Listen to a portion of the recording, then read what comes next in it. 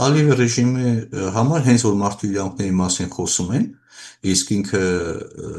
դրա հետ կապված լուրջ խնդիրներ ունի, անգամ իր քաղաքացիների, հետ կապված հարցում, ապա ինքը անմիջականորեն դա թիրախավորում է որպես հայանպաստ։ Դա հայանպաստ չէ, դա մարդու իրավունքների սկզբունքների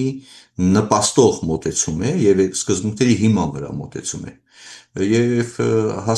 ես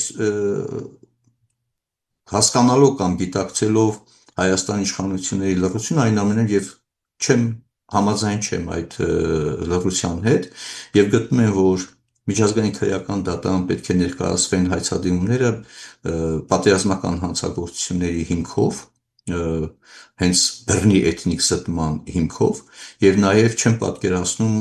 խաղաղության կառուցումը, որը չեկուզ երկարաժամկետ է, բայց պետք է այդ